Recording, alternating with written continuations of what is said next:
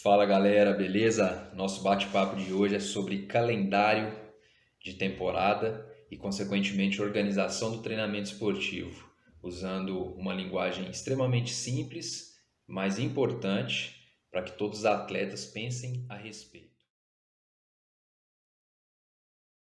Pois bem, quando a gente fala em organização do treinamento esportivo, usando termos como programação, periodização, etc., a gente pode, de certa forma, encontrar aí um ponto comum que diz respeito a um plano. Esse plano vai ser obedecido, enfim, em relação ao prescrito e o realizado, visando uma determinada prova, um determinado evento. Quando a gente então trabalha com datas, o treinador e aí o atleta na prática tem condições de administrar cargas de treinamento semana após semana, pensando então em ciclos devidamente sistematizados e organizados.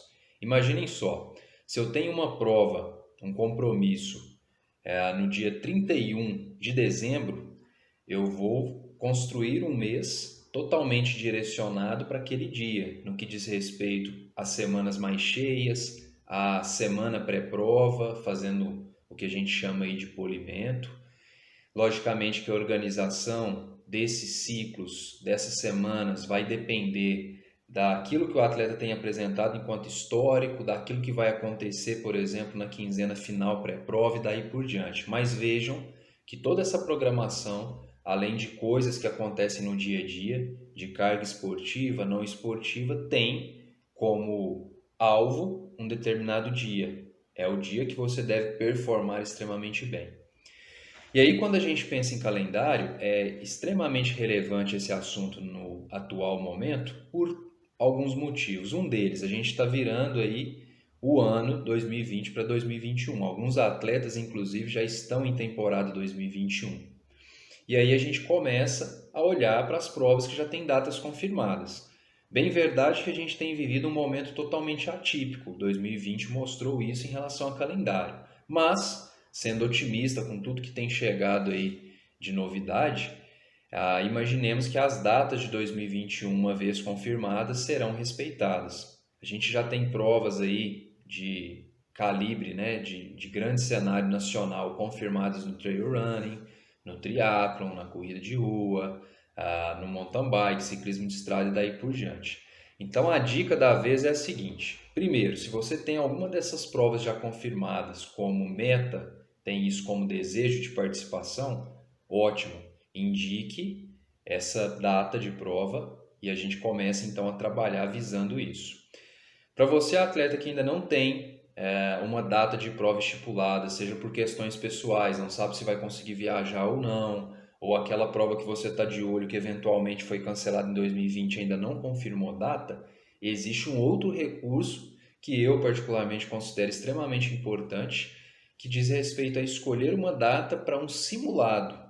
Ou seja, ainda que essa data não seja de uma prova oficial, trabalhar com essa ideia do simulado faz com que a gente tenha condições de organizar toda uma rotina de treinamento, ciclo após ciclo, visando aquele determinado dia. Então, essa é uma possibilidade para aqueles que ainda não têm uma prova confirmada.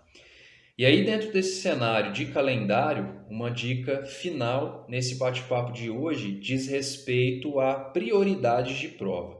Ou seja, eu posso ranquear, eu posso classificar aqueles eventos que eu desejo participar em ordem de prioridade. Então é muito comum no mundo do treinamento esportivo a gente trabalhar, por exemplo, com prioridade A, prioridade B, prioridade C. Prioridade A é aquela prova ou são aquelas provas em que a gente vai fazer um trabalho totalmente direcionado e que vai exigir uma programação especial, seja em relação a polimento, seja em relação a abandonar outras possibilidades visando aquele dia D. Posso fazer uma por semestre, dependendo aí da condição, posso fazer até mais, né? Vou disputar talvez um campeonato que depende de pontuação ao longo do ano, então nossa prioridade é aquele campeonato.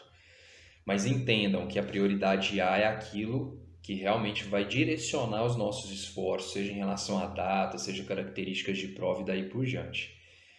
Na lista B, de nível aí de importância, a gente pode pensar em provas que também vão garantir uma boa preparação para aquelas provas A, que vão me ajudar de alguma forma em relação a ranking e daí por diante, que também vão exigir uma programação atenta, mas sempre vinculadas ao plano principal lá da prioridade A.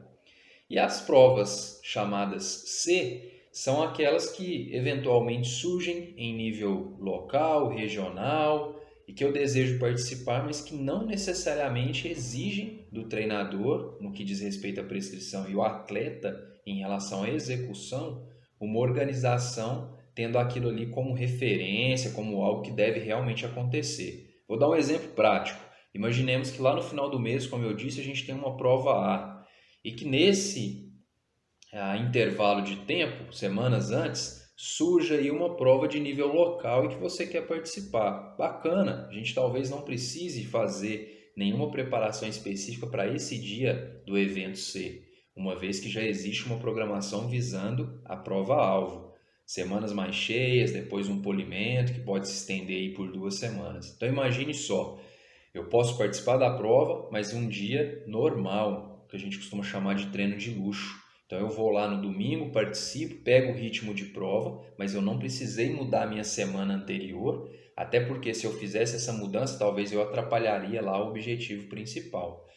Aí entra uma coisa curiosa, será que o atleta está preparado para fazer a inscrição, alinhar para aquela prova, seja de qual modalidade for, competir com atletas ali, amigos, enfim, que ele treina no dia a dia da sua cidade, sabendo que ele não está no up, no top, né, da performance? Talvez não. É muito comum os atletas listarem alguns desafios aí menos importantes do ponto de vista oficial, como prova C.